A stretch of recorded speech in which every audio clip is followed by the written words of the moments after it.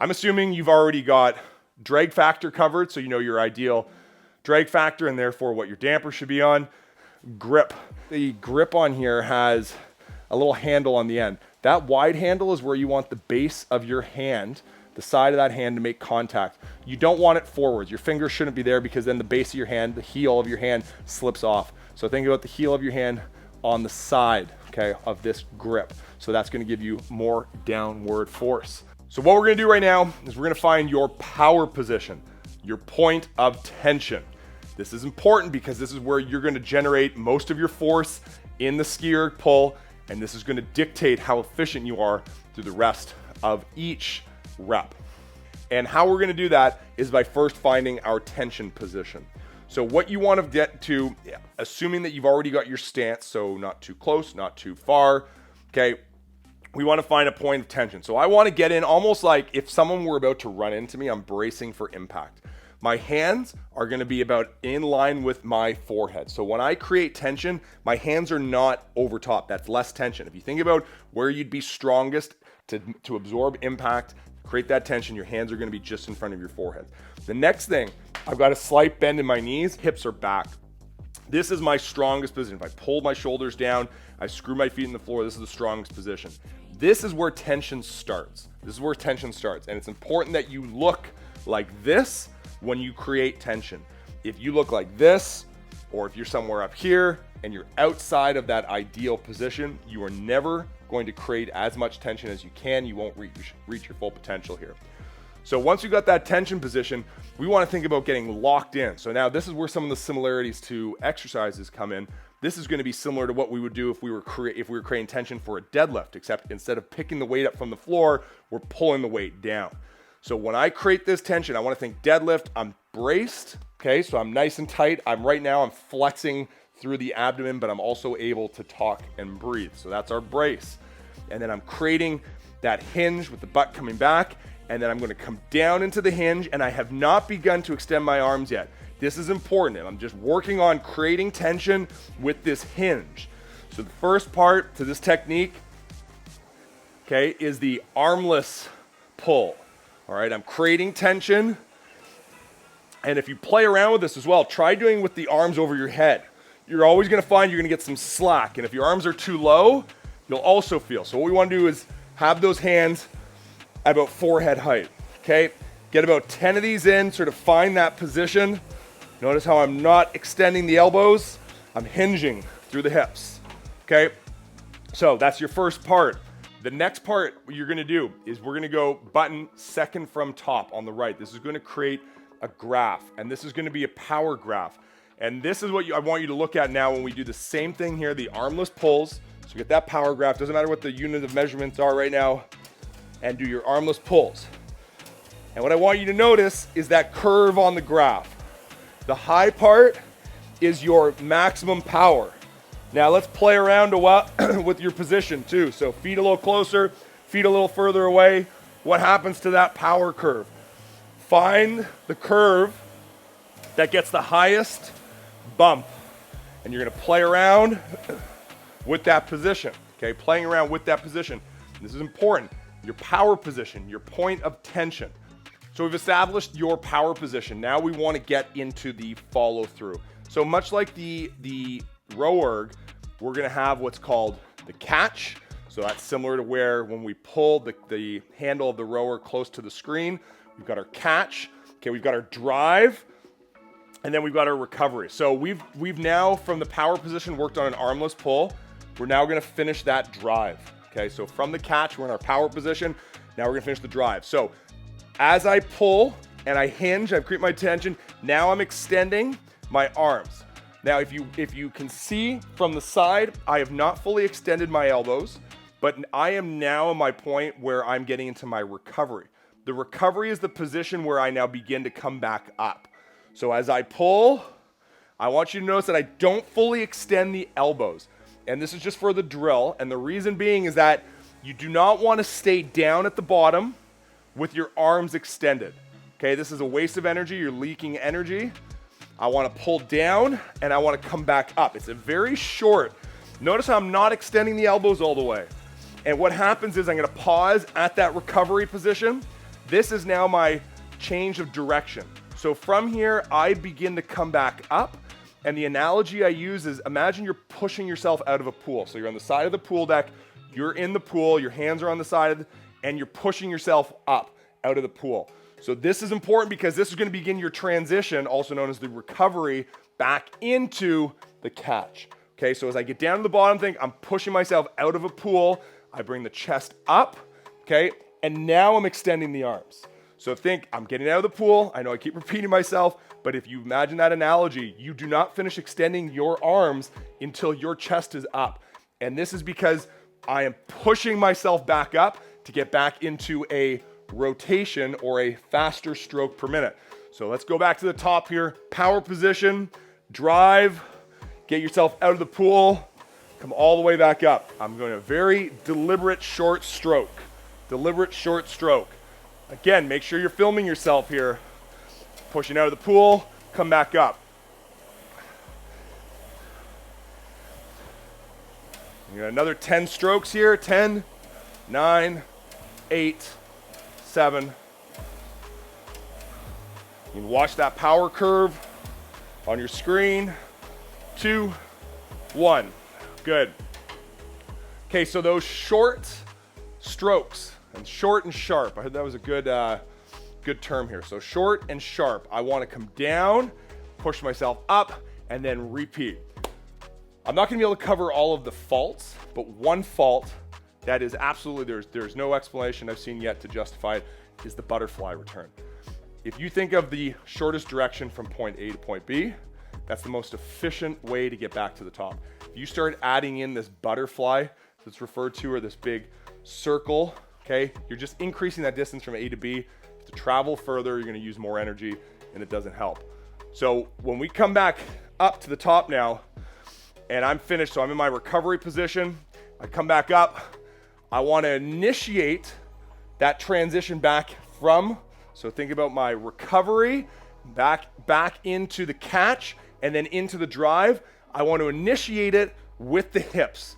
This is also a common fault. It is not initiated with the arms, it's initiated with the hips. So as I finish my exit from the pool, or I am extending the elbows, I'm standing up straight. Okay, this is now my arms come up, and as my arms are coming up, my hips begin to hinge back. So as I come up, my hips are beginning that tension point, because I don't want to be here starting my tension point here. I want to already be in that power position, right? So I come up, pause here, back into power position. So if I were doing 10 strokes, let's say on the 10th stroke, my 10th stroke here looks the same as the first stroke. I want to make sure that I've got that hinge. This is where you're going to create the most tension. You got to use your full body. You got to use your core to stay engaged. Now, where things start to change is when we get into sprints. 1,000 meters is a sprint. I know it might not seem like a sprint, but when you compare it to, let's say, 10 kilometers, it's a sprint. The stroke that we were just working on here is going to be a more efficient stroke for longer distances. And when we start to go shorter distances, now we need to get a little bit more aggressive. There's going to be more of a hinge. There is going to be a faster turnover, but the same principles apply. If I were to freeze frame, and this is why we're recording, remember you're recording, if I were to freeze frame your catch in a 10K or catch in a 1,000 meter, I want to see a very similar position, power position at the top.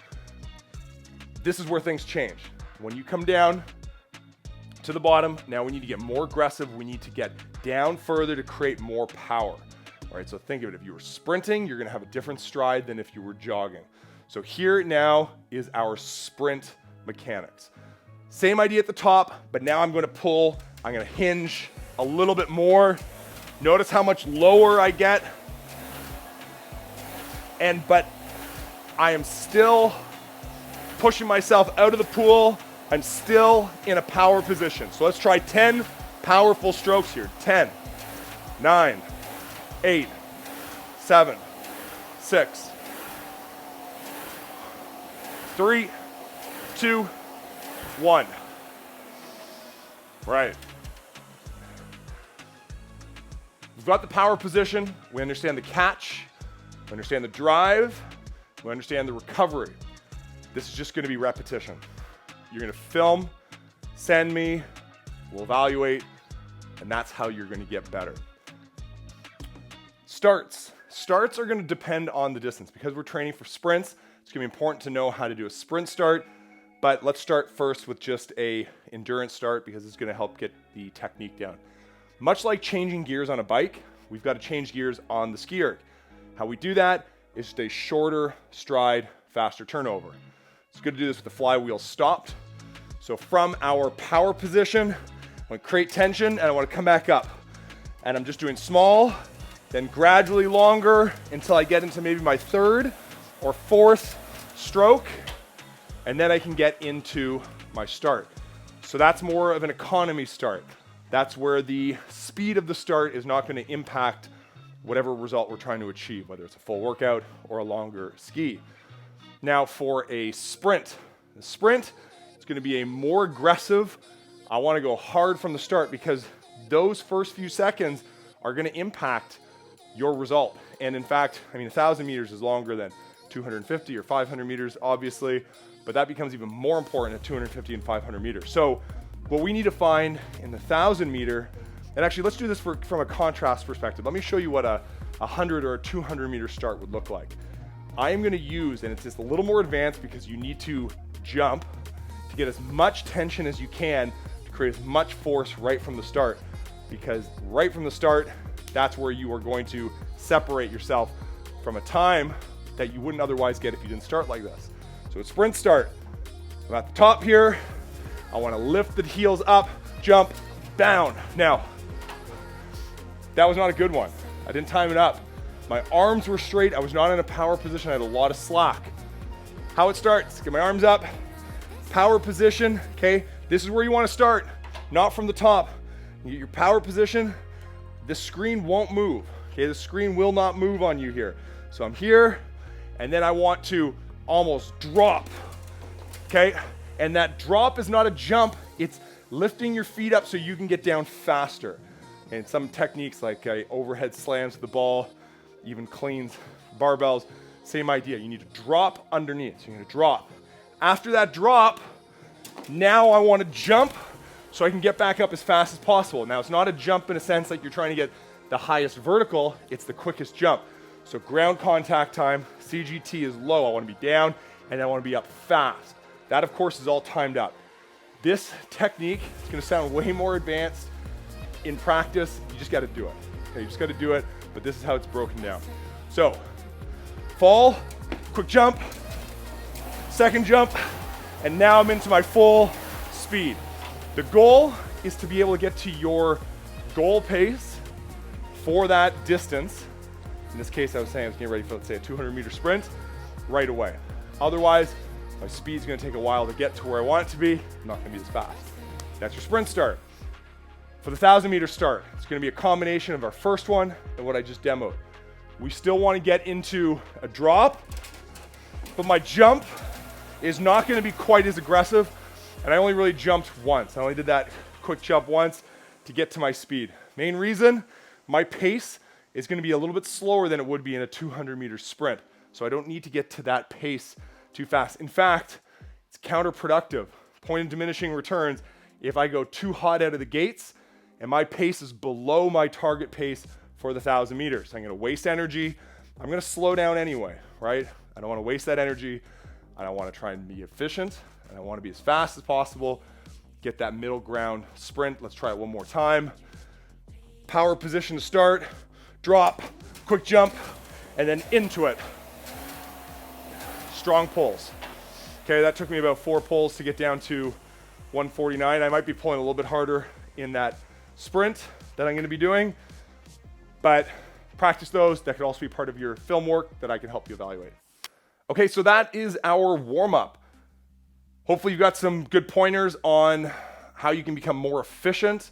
Really, it's just gonna be working on that power position, understanding how to turn over and go through the drive, recovery, back to the catch. Film yourself, evaluate, apply what you've seen, and just repeat. That's how you're going to get better. The other way you're gonna get better is by doing these workouts.